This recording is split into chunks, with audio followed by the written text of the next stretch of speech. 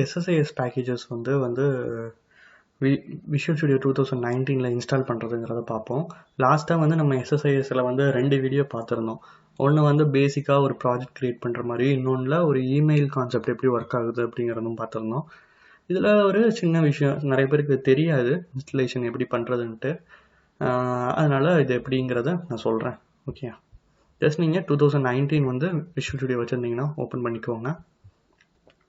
And then இப்போ வந்து நான் எந்த ப்ராஜெக்ட் ஓப்பன் போகிறதில்ல. நான் ஜஸ்ட் வந்து கண்டினியூ வித்தவுட் கோட் கொடுக்க போகிறேன். இதோட மீனிங் என்னென்னா, ஜஸ்ட் வந்துட்டு எந்த ப்ராஜெக்ட்டும் ஓப்பன் ஆகாது. சும்மா நீங்கள் அதில் உள்ள டூல்ஸை நீங்கள் யூஸ் பண்ணிக்கலாம். ஓகே, இதில் வந்து எக்ஸ்டென்ஷன்ஸ் போகிறேன். எக்ஸ்டென்ஷன்ஸ் போயிட்டு மேனேஜ் எக்ஸ்டென்ஷன்ஸ். இதில் போயிட்டிங்கன்னா இதில் வந்து இன்ஸ்டால்டுங்கிறது ஆல்ரெடி எதாவது இன்ஸ்டால் பண்ணி வச்சுருந்தீங்கன்னா இருக்கும். ஆன்லைனுங்கிறது இதில் நிறைய சாஃப்ட்வேர்ஸ் உங்களுக்கு தேவையானது ஏதாச்சும் நீங்கள் எதாவது வேறு மாதிரி ப்ராஜெக்ட்ஸை க்ரியேட் பண்ணுறீங்க, உங்களுக்கு எதாவது தேவைப்படுது, அதோட டூல்ஸ் ஏதாவது தேர்ட் பார்ட்டி டூல்ஸ் தேவைப்படுது அப்படிங்கிறத நீங்கள் இங்கே வந்து இன்ஸ்டால் பண்ணிக்கலாம். இப்போ வந்து ஜஸ்ட் நான் வந்துட்டு இப்போ SSIS தான் இன்ஸ்டால் பண்ண போகிறோம். Okay, SQL server integration service. Okay, இப்போ வந்து ஜஸ்ட் நான் இன்டகிரேஷன் டைப் பண்ணுறேன். இதுக்கு அடுத்தடுத்த வீடியோவில் நம்ம வந்து SSRS அண்ட் SSIS எப்படி வந்து இன்ஸ்டாலேஷன் பண்ணுறதுங்கிறதையும் நான் சொல்கிறேன். ஓகே, நான் ஃபுல்லாக டைப் பண்ணல, அதுக்குள்ளேயுமே வந்து SQL server integration service projects வந்துருச்சு. ஜஸ்ட் நீங்கள் டவுன்லோட் கிளிக் பண்ணிங்கன்னா இது ஒரு வெப்பேஜ் கால் ஆகும். வெப்பேஜிலேருந்து ஒரு 400 MBக்கு ஒரு சாஃப்ட்வேர் ஒன்று டவுன்லோட் ஆகும். ஓகே, இப்போ நான் டவுன்லோட் கொடுக்கல, பிகாஸ் நான் வந்து ஆல்ரெடி டவுன்லோட் பண்ணிட்டேன்.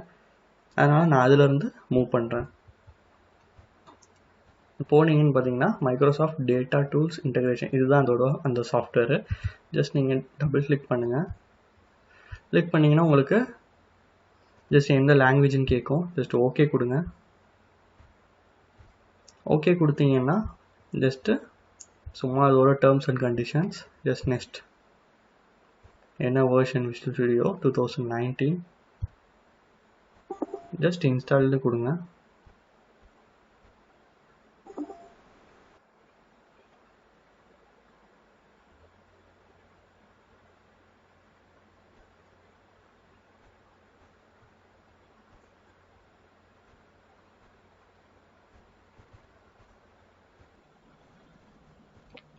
ஜஸ்ட் இன்ஸ்டால்னு கொடுங்க. இதுக்கு முன்னாடி நான் விஷுவல் ஸ்டுடியோ வந்து ஓப்பன் பண்ணி வச்சுருந்தேன், அதனால சம்டைம்ஸ் அது வந்து எடுத்துக்காது. நீங்கள் அதெல்லாம் க்ளோஸ் பண்ணால் தான் எடுத்துக்கும். அதனால் அதுவே உங்களுக்கு சொல்லும் ஏதாச்சும் க்ளோஸ் பண்ணணும் அப்படின்னா. நீங்கள் அப்போ போயிட்டு டாஸ்க் மேனேஜரில் போயிட்டு அதோட சர்வீஸ் எல்லாத்தையும் ஸ்டாப் பண்ணிக்கோங்க. ஓகே, இதுக்கு முன்னாடி நான் விஷுவல் ஸ்டுடியோ வந்து ஓப்பனில் வச்சுருந்தேன், அதனால தான் இன்ஸ்டால் ஆகலை. அதை தவிர வேறு ஒரு சர்வீஸ் வந்து ஏதோ பேக்ரவுண்டில் இருந்துச்சு, அதையும் ஸ்டாப் பண்ணனால இப்போ உங்களுக்கு ப்ராசஸிங் நடக்குது.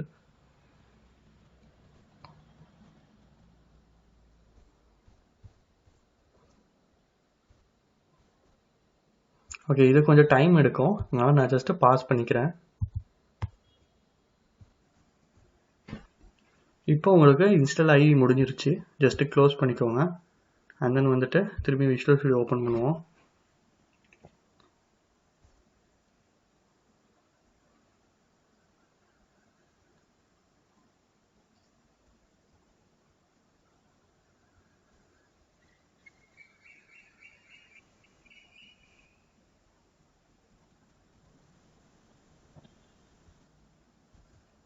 ஜஸ்ட் நான் ஒரு கிரியேட் ப்ராஜெக்ட் கொடுக்குறேன். இங்கே மேலே நீங்கள் இன்டகிரேஷன் ஜஸ்ட் டைப் பண்ணுங்கள்.